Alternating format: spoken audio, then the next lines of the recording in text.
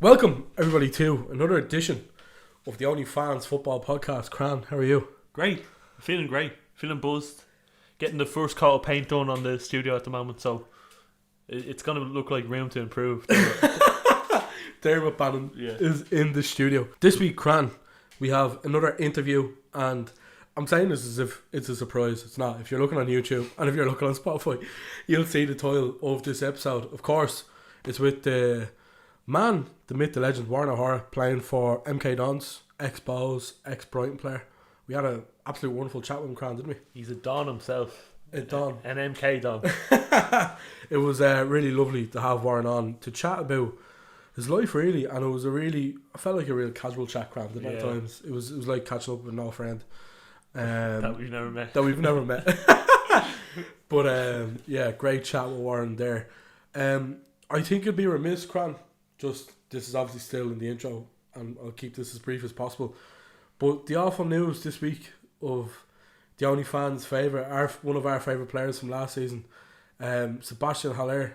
I don't know if you heard the news about him. I think people listening will have heard it. It's been across Twitter, and we send all our love and support to Sebastian Haller and his whole family at this time. We know how tough these kind of things can be, and he was a fabulous player, and hopefully he's back fitting for him soon. So we'll lead on into the show now, Cran. Warren, take it away. Here we go.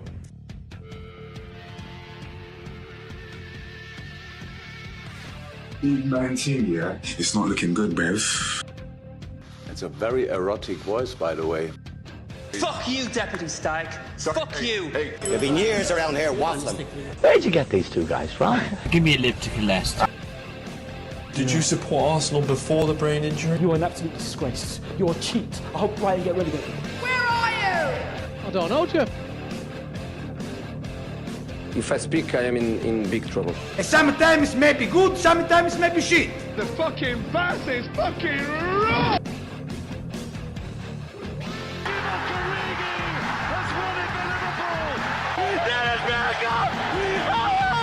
Skyler, where is the money? It's Messi! Again! The medicine man arrives! Welcome, everybody, to episode 2 of the Onlyfanz Football Podcast. Tonight today to be joined by former Bows and Brighton defender and current MK Don centre half, Warren O'Hara. Warren, welcome to the show. Thanks, lads. Glad to be here. Yeah, firstly, how are you feeling? How's pre-season? What, in general, or about football? I was about to ask, how's pre-season going?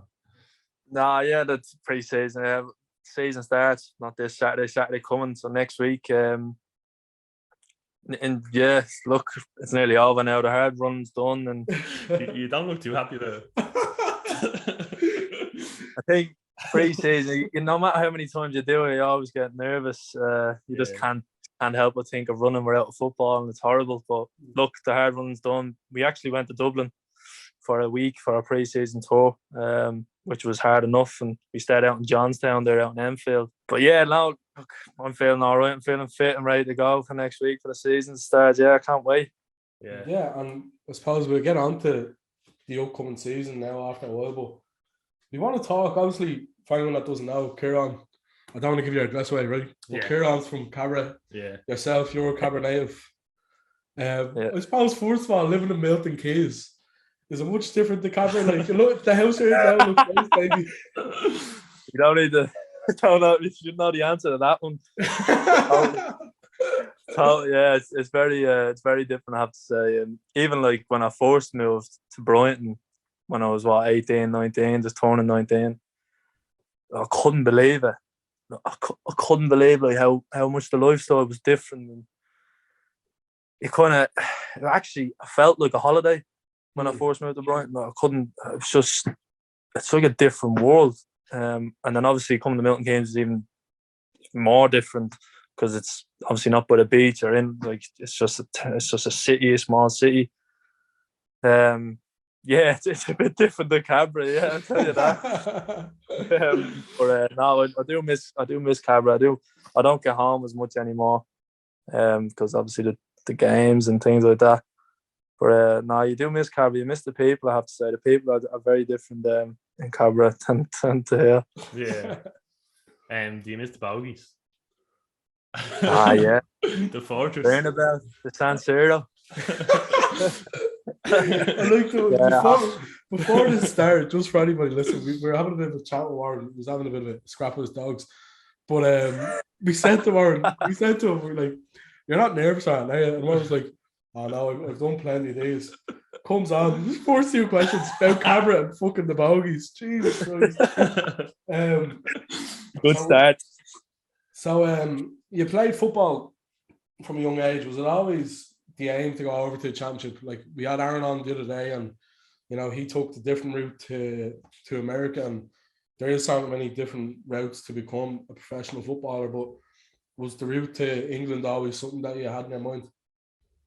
Yeah, it's obviously, as a young lad, like you just play the game because you love the game. Like, you know, you play with your mates.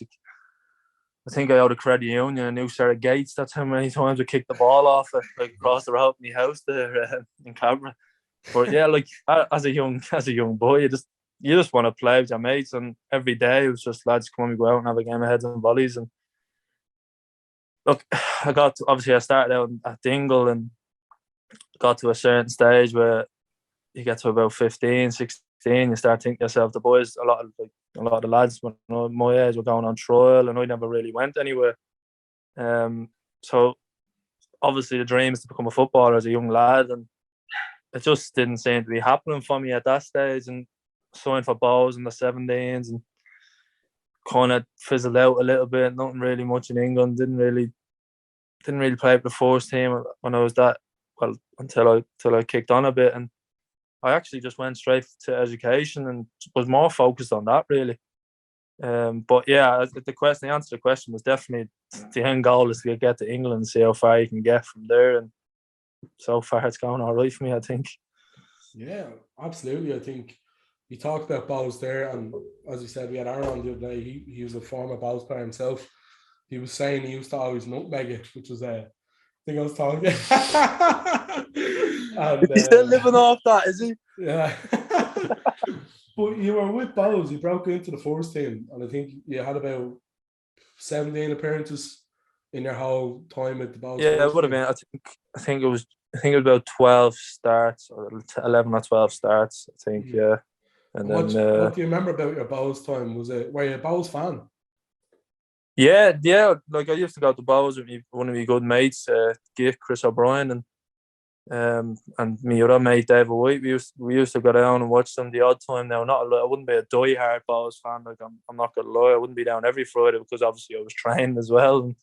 But any time we could get down, we would down to Dalymount, no problem about it. And when I kind of signed for them, it was perfect. But obviously I'm from Cabra, like, so it was perfect to get to Fisborough and just get down to Dalymount there and not a bother. And obviously we used to train on Blanche IT there, so my ma used to drop me up every night, or every second, third night, like, you know. And yeah, it was definitely, if it to follow anybody in League of Ireland, 100% would have been Bows and nobody else. Not like Shells or anything like you.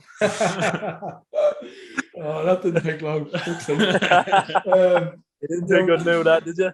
Aaron done the same. When you were playing with Bows, you were playing with the likes of Pico Lopez, who's at the AFCON this year, which is a bit fucking mad when you think about it, for Cape Verde. And obviously, like, a few Bows legends, Derek Pender, Dave Mulcahy. Did they have much of an impact on you at a young age? Was that something, you know, learning from them? Did they kind of make you want to move abroad that bit more and kind of pursue it that bit more, or what was the story there? Yeah, I think when I started training with them boys, like, especially like Dave Mulcahy, I remember my first session with Dave Mulcahy, and I was about 16, and obviously Dave was a centre back, and I was obviously a centre back, a young lad coming up, so he was coming to the end of his time at Bows, and he was a lovely fella, no doubt about it. Like, he was lovely to me, grand, like, not a bother. Like, same with Detza, same with Pico and the other boys. But we were training and we were doing set pieces or something, and he was marking me for a corner, and I swear to God, he tore the bib off me. Oh, I'm not messing, straight me to the ground. It was only my first session as a young lad coming up, and I think And all like whack up Paddy Kavanagh, that's what was all laughing about. I saying like, poor Dave, like dragging the young lads around, got the giggle. But it was a little kick in the teeth for me. Like Dave was saying, like, you're not taking my spot. And that England wasn't even in my mind at that stage. In my mind was that stage that I need to compete with these boys before I want to go anywhere. Yeah. And that's the way it was. Like the football world's a dog eat dog world. Like there's no pussyfooting around it. You need to just run over anybody who's in front of you. And that's what I kind of started learning straight away before it even came over here.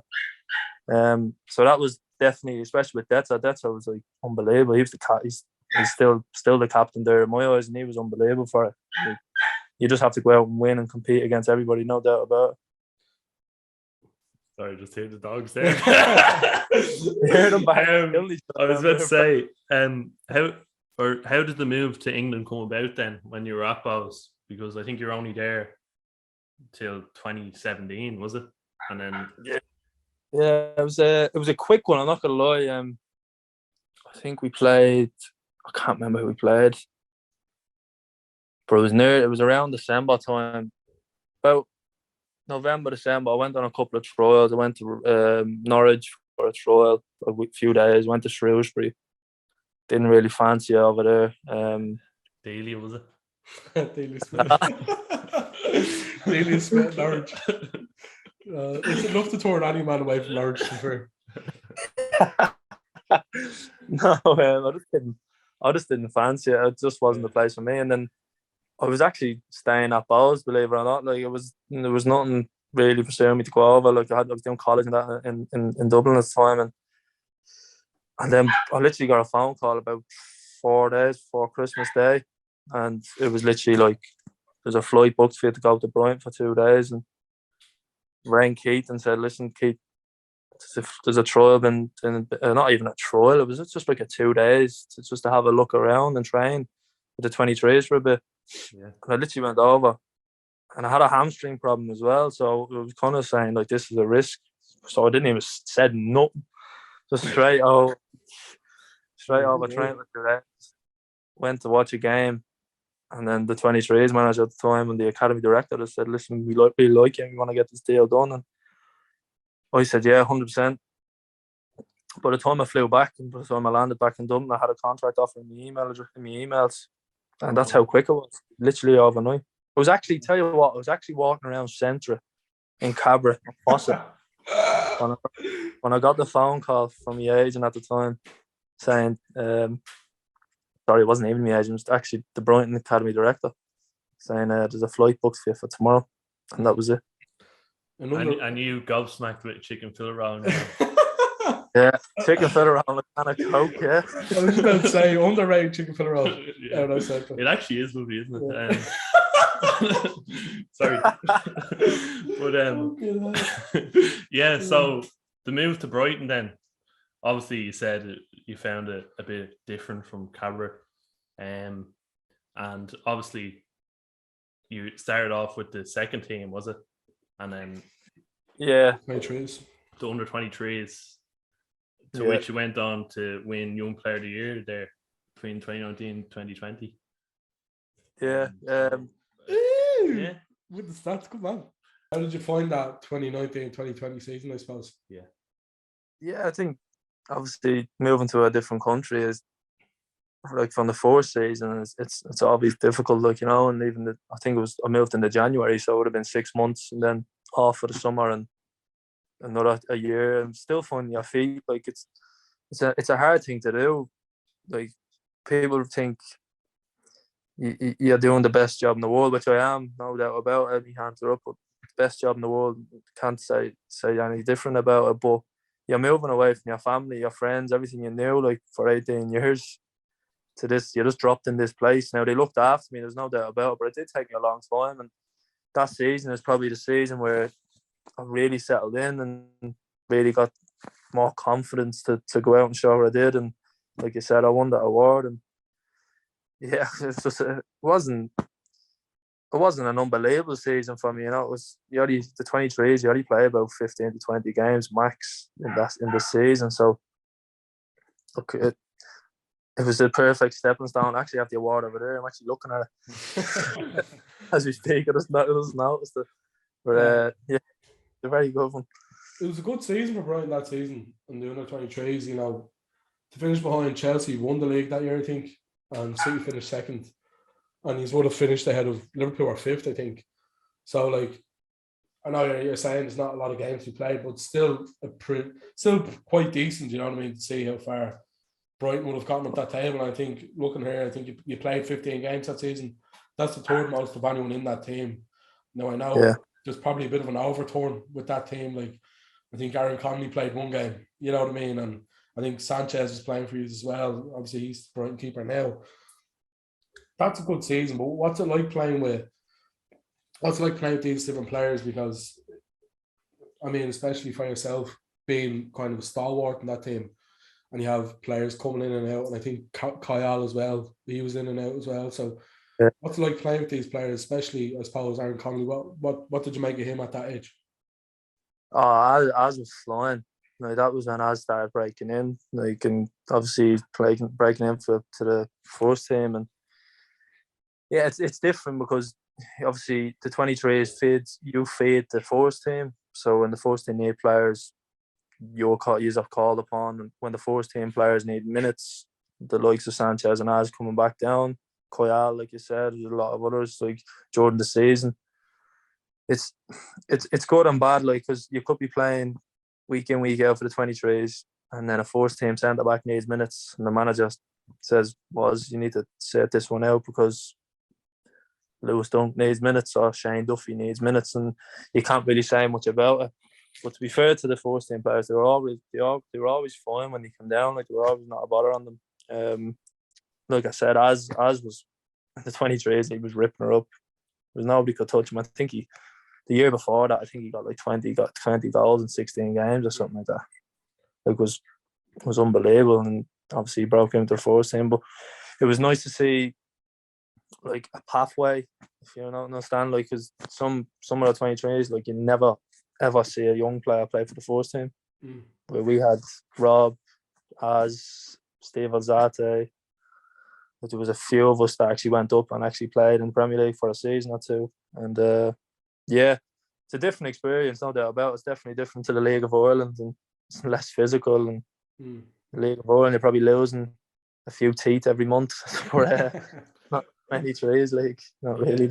Yeah, I think something that I find interesting about the under-23s is, you know, it is more or less youth teams playing against each other with the odd senior player coming in, and like you said, you can be dropped like that if a centre half needs minutes. But did you under-23s train with the first team, or was it two completely separate entities? It'd be two different groups now. Yeah, it would be two different groups. And then, like I said, if the first team, like, if a centre back got injured and they needed a number, you'd be next on the list to go up and train for the day. And like a centre, you can never know. Like, that centre back could roll his ankle and be out for 6 weeks. And you'll be training for first team for 6 weeks, so it's a great chance. Or if somebody's ill or COVID and things like that, so little things come into it. So sometimes you'll be actually, like, praying somebody's, I know it sounds bad, but somebody's getting sick or injured, like, for a week or two, just to get yourself in the door and, like, show the manager what you can do and get around the first team, see what it's like, because it is a different ball game. I'm not gonna lie, it is a different ball game. When you go up, the standard goes through the roof. Yeah, the thing with the Premier League teams is it is I know, probably cliche, but it is probably the highest level of football, especially in England and maybe the world. But you took the words out of your mouth there about COVID. I know you were saying about the transition from Ireland to Brighton was a bit difficult at the time.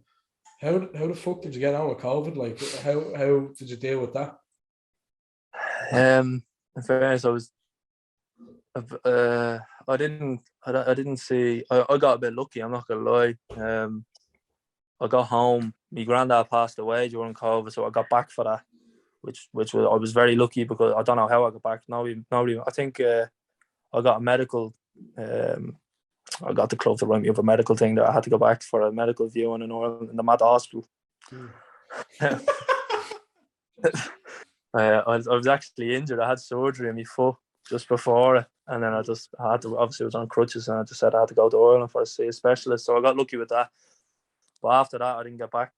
Nothing. Literally couldn't get back to see my family, my mum, my dad, my sisters, nothing. My mates, couldn't get back at all. Like, and it was literally, in fairness, England was a bit better than Ireland. Like, there was a few things still open, like shops and things like that. And I knew Ireland was bad at the time, so it was kind of, once my family were all right, there was no real need to get back, because obviously I'm still training in the games and things like that. So, what was training like during COVID? Like, we were saying it to Aaron because he was with the Portland Timbers, and one of the things in his contract from the draft was to train with the first team. Now, I know you were saying it was two different groups training, whatever, but I imagine when COVID kicked in, you could have been training somewhere else, maybe. I don't know. Was it difficult to train during COVID? Was it that little period where there was no football? I remember vividly because it was terrible for us. But yeah. What was it like there for you? Like, was it lonely? Like, how did you deal with things? Well, actually, I'll go back to this. I was at Brighton when COVID first hit. It was in my last year of my contract. And all the international boys actually got sent home. So I actually got sent home for 9 weeks. I drove my car back on the boat. And we had to run. I was actually running around the bogies every day for 9 weeks. And it was the worst 8-9 weeks of my life. No doubt about it. The thought of like going up and training every day is the best feeling in the world as a footballer, because you can. But when you have to do it on your own for 8 weeks, it was so hard. Like, not physically. Physically, I was as fit as I've ever been, because I was literally just running. Because there's nothing else to do. I couldn't pass a ball to somebody because everybody had to stay away from each other. But mentally, I was drained.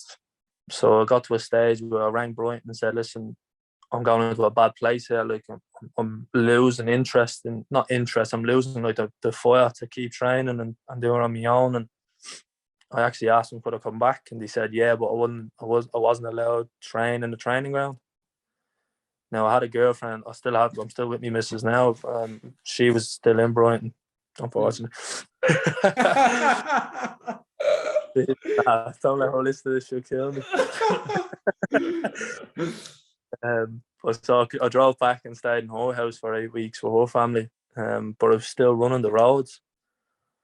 But just knowing that I was back in England kind of helped me a bit more. And I obviously could see like the Brighton lads, like the Aaron Conley, Jason Malumbi, like, and Dan O'Mandrew was here at the time. I think he was there at the time. I can't really remember. But yeah, that was really tough. And then we got back into training, and then I went straight to MK on loan. After that, as soon as I got back in, it was literally like done in a week or two. Yeah, I think you probably took the words out of my mouth. We were just about to bring it up. So, how does the move to MK Dons come about? They obviously just came in for you and off you went. Did you ever think twice about moving? No, I knew. I in general, being blunt, being honest with you, I knew I was never going to play a centre back for Brighton. Obviously, I had Shane Duffy. They just bought Adam Webster, and I just knew, like, listen, I need to get out and play here. If I want a career, I need to get out and kind of get out of my comfort zone, because 23s can be very, very comfortable. You don't really grow. You hit a certain point, and to be able to break through into another force team is really tough. So I knew I had to just take the risk, because either way, it was either take the risk, not walk out, go back to Dublin, or sit in the 23s and rot away and go back to Dublin in a year or two. So, obviously I pushed for a loan. MK came in, Russell Martin at the time. And, literally, I fell into place perfectly for me, really. I suppose, what's it like coming into a new team? Like, you've jumped into Bowles with Mulcahy, you go to Brighton and you're training with some Premier League players, you know what I mean? And then you're taking, I don't know if it would be perceived to be this.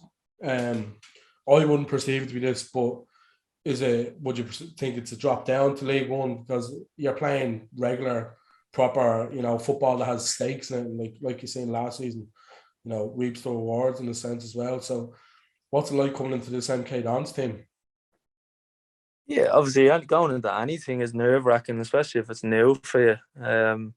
It was definitely a step up from the 23s, no doubt about it. Like we play like the checker trade tournaments over here. We play the 23s to them all the time, and you don't really play a strongest squad because you know that's not going to be that. You know, League One games are more difficult, and you'll save your players. Like so, that kind of says we're all to what the 23s level is compared to League One. Like it's like you're fighting with big clubs in League One. Like, you know, you have your Sheffield Wednesdays, you had your Sunderland last year, you were getting 30,000 every week. Like, you know, you're going away to these places and you're trying to get results. And it was definitely a new. I actually got a bit lucky in my first season. It was the COVID year. There was no fans. So I actually got very, very lucky just to get used to it. Like, I think I got about 35, 40 games under my belt in my first season, and it definitely broke the ice. In fairness, the lads were really nice. The dressing rooms were split actually because of COVID still, and I had to keep that distances and wherever had to be put in place. So kind of made it better because there were small groups, so you could you feed in like slowly but surely. And I had Richard Cow at the time, who was Irish. Obviously, he was there, and it was definitely new and nerve-wracking, but it was something that you just have to do because look, you know you need to do it if you really want to kick on in what you want to do in your life, and this is what I really wanted to do. So, yeah, and obviously last year he's had a very good season in League One. 89 points, just 3 off winning the league. It's just like that, very narrow. And off Rotherham second. Like, yeah, it's heartbreaking. Yeah, so that was a very good season, and there was a lot of Irish players playing for you. I think I read there. Troy Parrott was there, Conor Coventry, and Peter Chioso as well. So was that nice to have that sort of contingent, sort of core Irish group, which is in that season? Yeah, definitely. You need at least 4 Irish boys. You want to do well in every team.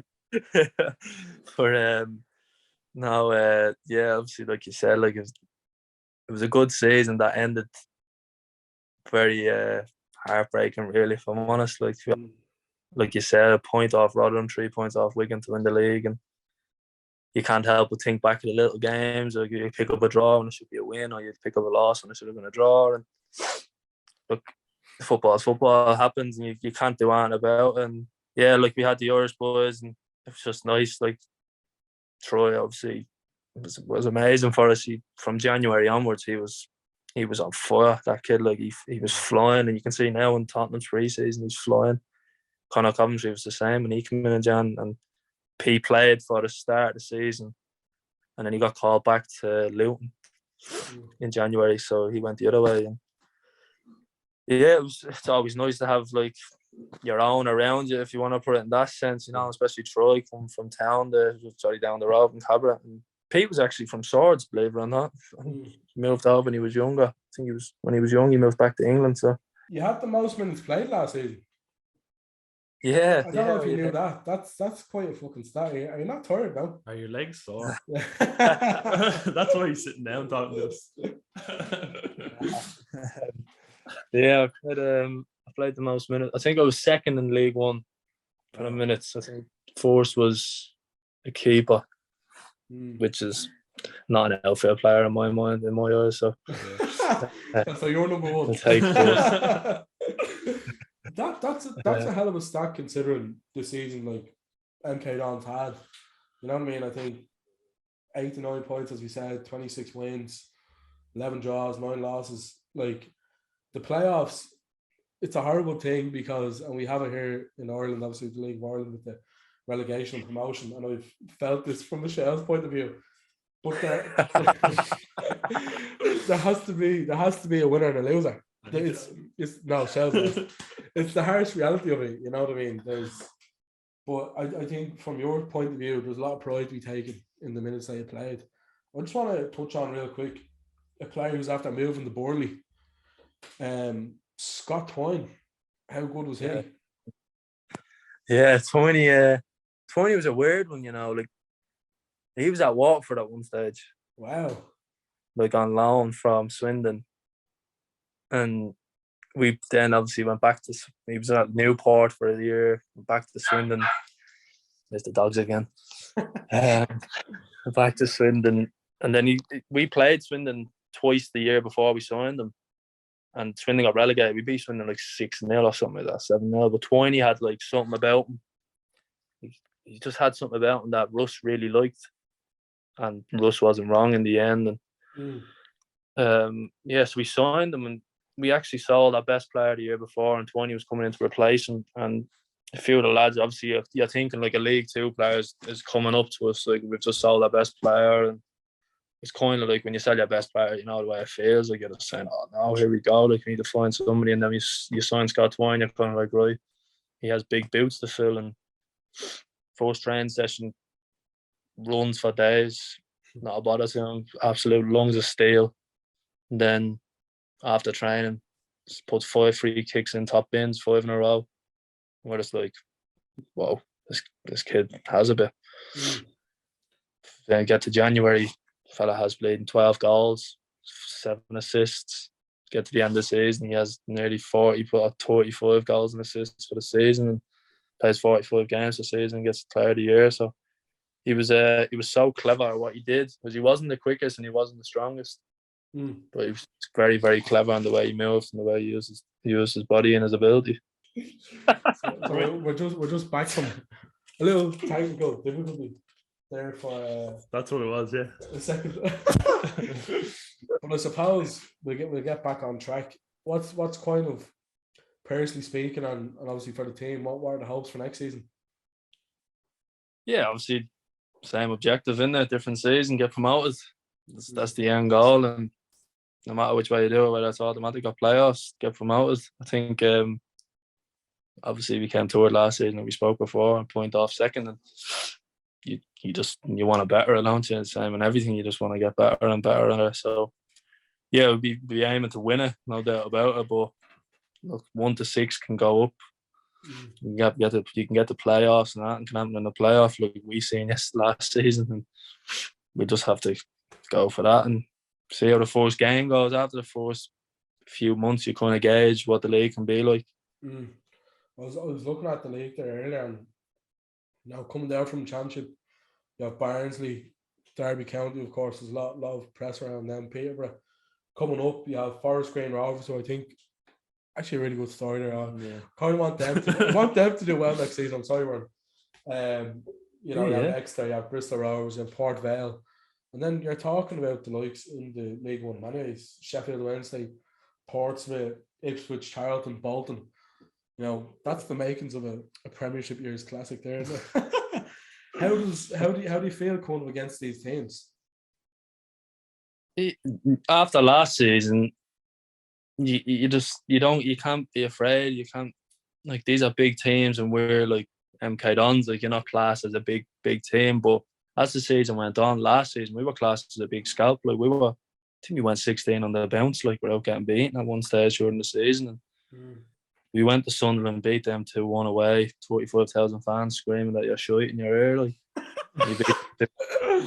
you know, it's things. And Ipswich is the same. Like, Ipswich are always a tough team. Charlton, they were non-existent last season. I think they came 12th or 13th. Like, Sheffield Wednesday, they should have went up. In my eyes, they should have went up through the playoffs. Whatever happened. But they were top class, I have to say. Look, even the stadium, Hillsborough, and the fans, like, just get in your face from the off. They just literally make you feel horrible.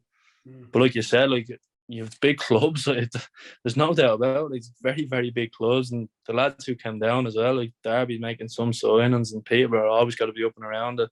I don't know what Barnsley will be like. I haven't played Barnsley before in my life, so I can't really gauge what they'll be like. And the new boys coming up, they're always got to have a little extra yard in them, because they want to stay in the league, and that's their objective, isn't it? Is to stay in the league. So look, every game is hard in this league, there's no doubt about it. Whether it's away or home, it's got to be a hard league. Yeah, I like the nature of the EFL in general. Like, I like there's something about it. Like, I think the championship, a lot of people regard that as like the most competitive league in the world, because you have so much. Like, there's a lot of teams like League One, like League Two. There's so many teams that can go up. You know what I mean? And like you're saying, I think Wickham finished 6th last season, and they went up. You know, that kind of way. So there's that kind of lottery about it as well to an extent. And like you have teams going up from the championship as well who'd finish third or fourth, and then they do better than the team that finished first. You know what I mean? Yeah. So it's that sort of versatility to it. Yeah. But Big Brentford, Norwich. Yeah, Brentford are doing very well. There you go. That's where we hate Norwich on this podcast. They're the These, bane of our existence. I don't mean any offense to Norwich. If anyone's listening from Norwich, I'm sincerely apologetic, but he's wrecking me head. Where are you? Shout out to Dingle. No, fuck Dingle. Have you got a question about stadiums and players played with? Yeah, actually, yeah. We asked Aaron this in the MLS as well. But I was wondering, firstly, what's your favourite thing about being a centre back over any other position? Is it hoofing the ball, down the pitch, or is it the big heading of the ball, giving it a loaf? Like, what's your favourite thing to do as a centre back? Don't do any of them things. I don't do any of them. Best thing about being a centre back, you don't have to cross the halfway line, probably. Be lazy, just that one half. That's it. No, probably it's like probably you're able to tackle somebody. You're expected to smash somebody, and nobody really says that. Next week. You're expected to tell people. So yeah, probably that. And who's the hardest player you've ever marked in your short career so far? I'll tell you what, it's been a few. Last couple of years, it's been definitely a few. Had Aubameyang at Arsenal. No way. Wow. Yeah, had Aubameyang, Kieran Tierney. I was playing right side of a back five, right side of a back three. I had fucking Aubameyang and Kieran Tierney on the overlap. God. That was nice. That wasn't nice at all. Aubameyang, I swear to God, I think I tried to say hello to Aubameyang to get his jersey, and he literally just blanked me. Blatantly blanked me. I was like, oh, here we go. That is a nice goal. I think who else we played? He had Son and Lucas Moura. Wow. Son was ridiculous. So sharp. Lucas Moura was like flicking the ball over people's heads and all. I it was think he's fairly underrated, Lucas Moura. Oh yeah. I don't think he gets the credit he deserves sometimes. There's no bad players in the Premier League. I'm telling you that now. There's no bad players. But when you see them on telly against top players, you think he's terrible. When you play against them, like Phil Foden, played against Phil Foden when he was younger, you can't get near that kid. Was that in the under-23s for Brighton? Yeah, the first year I think he played, yeah. You can't get near him. Like there's been loads of them. Like you had back here, Saka at Arsenal, Smith Rowe at Arsenal. Them two are like lightning quick. Can't get near them. Don't look that quick. Well, Saka does. Smith Rowe just glides. Can't touch him. There's been so many because obviously you play Liverpool's, Curtis Jones, Harvey Elliott. Wow. Like Hudson-Odoi was unbelievable at cutting in and shooting. Like he was a joke. Reece James was a monster. So the list is endless, especially if you're playing the 23s for a few years. Like the list is endless. But probably the toughest would be the person I was most afraid of was probably Son, because he was just too quick. He was lightning. Over 10 yards. He's quick and gentle. Huh? Did you get anyone's jersey? No, I actually asked Son for his jersey and he said yeah. But it was a showcase game and there was 17,000 fans there. Okay. So the Tottenham fans literally, as soon as the game was finished, they just give them. It was the nice one as well. Remember the away one last season? It was black. No way. Yeah, we nice enjoyed it on this podcast. I love that jersey. The Spurs are big cannon for that.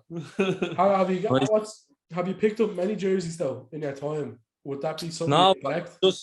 Just mates, that I've played with. Not really any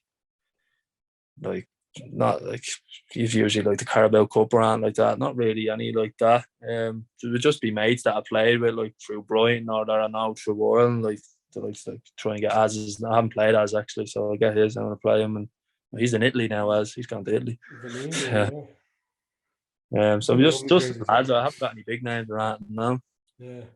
And I think if I say this as if, I'm going over to Brighton and start training. Like, if I was a professional footballer, I think the thing I'd like most would be robbing people's shit. Not robbing jerseys, Jesus Christ. I'm not a crook, but like swapping jerseys with people. You know what I mean? You took yourself into a big comment. I'm out of it now, don't worry. But yeah, that's been a mad one. Aubameyang, yeah. I mean, I'm not too surprised. Yeah. Seeing he's being toughed out of Barcelona as well, so swings and roundabouts, isn't it? It'll be over with you and MK Don. See you next year, Aubameyang. Like you might speak to me then. Yeah, look, we're near the end of the series. Yeah. Anything else about MK Dons? No, I think we've pretty much covered it all. I think. Yeah. What was that question you asked, Aaron? I was about to say, because it's 20 to 9 now. Like, I want to watch a bit of Love Island myself. But... I want to watch the Bake Off. So we asked Aaron, and I texted you about this earlier. It's gonna be something we're gonna do with a few guests. So we asked about the stupid question first, which maybe it's not that stupid, but I don't know. And then a few serious questions. But we'll go with the desert island first, Warren. Yeah. You're on a desert island on your own, you can't get off. We let Aaron pick a person, so you can pick a person as well if you want. But we want to know what book, what movie, and what album you take with you, and what person as well, I suppose. Well, I'm not going to lie to you, I don't read many books. Can barely read, that's probably why. I read a few autobiographies. I read Stephen Gerrard, Roy Keynes, but there's actually a book that I started reading when I was actually in Dublin. It was called Unstoppable. It's by Tim Grove, I think his name was. But he was basically the coach for Michael Jordan. Unbelievable. That was if you should get on it. I'm telling you, it's ridiculous how good it is. And that Michael Jordan fella and Kobe Bryant they were freaks. Only watching the last dance today, actually, again. Yeah. That Tim, the author is in that. Yeah. So that would probably be my book. The album, I don't know now. I don't know with the album. Usually I'm just like look at an album, pick a few songs, and then that'll be it. Like, I'm not really an album lover, but probably have to be Dermot Kennedy, or Damien Dempsey. A little bit of Damo as well. I have to say. Probably between them two. I have to say. My dad got me into Damo when I was younger. My mates, obviously, I went to see him when I was younger and things. I'd love to. I haven't seen him in a while now, but probably Damo or Dermo. Yeah, Damo. And what was the next one? Movie, yeah. Has to be Shawshank Redemption. I tell you, you're going with. We're probably going to hear that a lot. Do you know? It's probably going to a lot. It is a cracking film. Yeah, Shawshank. Yeah, Morgan Freeman. Get him on the podcast. He won't come on the podcast. Imagine Morgan Freeman talking this like. But come here, Morgan. Do you like Subway yourself? You know what I mean? It's not going to happen. But Central Chicken Fillet Rolls.